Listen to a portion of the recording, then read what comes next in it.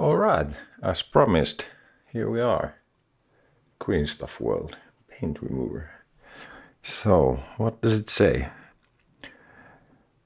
Removing acrylic enamel and lacquer-based paints, completely safe for miniatures in plastic, resin or metal. And this is why I got this, the plastic thing. So, and it says leave it submerged for 1 to 6 hours. 1 hour for plastic and resin, 4 hours for metals. Excessive exposure could soften the miniatures. I don't want that, so I'll just soak them for an hour. I have this glass jar and I have picked up these 2 miniatures. So this is metal, old orc I painted, and this is a plastic gene stealer, and these are gonna go, I'll dump them in there, but first I think I'm gonna get rid of the base on the orc, and for this no way it would just break on there, so I'm gonna dump the whole thing and see how it goes.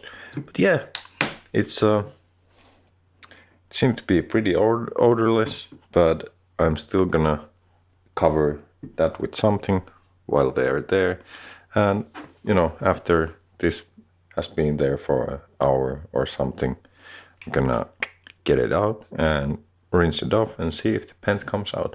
And then this one, I'll keep it there for a little longer, and then we'll see if the paint comes out of that one. But yeah, submerged, so I will need to, oh, then seems to be, is there,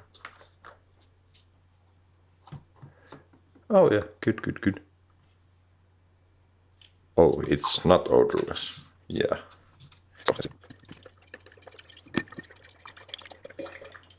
Alright, I'll call that submerged pretty much. That is half the bottle. It should be reusable. Ooh, smells bad, yeah.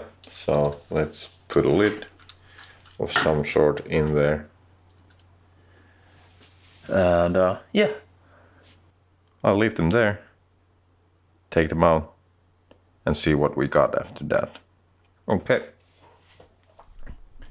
Alright, so let's see how the miniatures turned out. And I gotta say, this stuff, which is basically, I think, just liquid.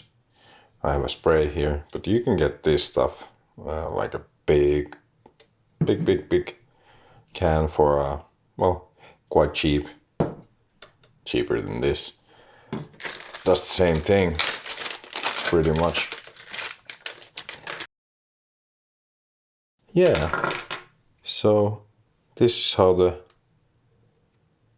plastic one turned out. As we can see, I wasn't able to get everything off there, so a little bit of just scraping certain areas would be advisable. A little bit of cleaning here and there. Pretty good on the orc. Of course, deepest parts, yeah, can't really get into. You take some sort of a brush and like a really hard toothbrush, something like that, and go over this stuff. But all in all, yeah, this would be totally suitable to just paint over. And do I really recommend this? Well, no, not exactly. And if you do wanna remove paint off your miniatures and you use something like this, just get a respirator, use gloves, and I do suggest to do it outside or at a well ventilated area, because that stuff is gonna smell for a long time, and not only smell, but yeah, it's not that, this is something you don't want to be breathing.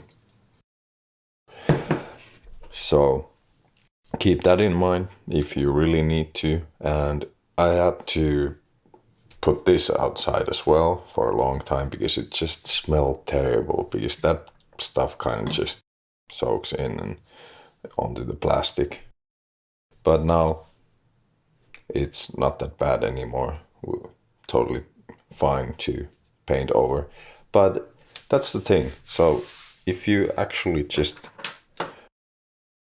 paint properly from the beginning and dilute your paints as you should, then in the end, I think if you want to have a different kind of paint scheme or whatever on your miniatures, add something, you don't need to remove the paint.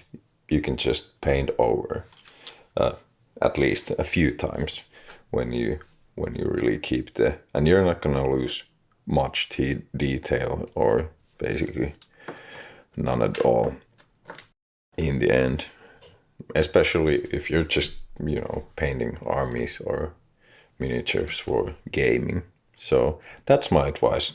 Just skip this stuff, put a new base coat on, and go from there. But all in all, not really worth it, in my opinion. But I'll be using the rest on something. If you really need to, it does work. So, but do I really recommend removing paints from your gaming miniatures? Nah, just paint over. So that's my review on that. Next time, let's check something else. All right.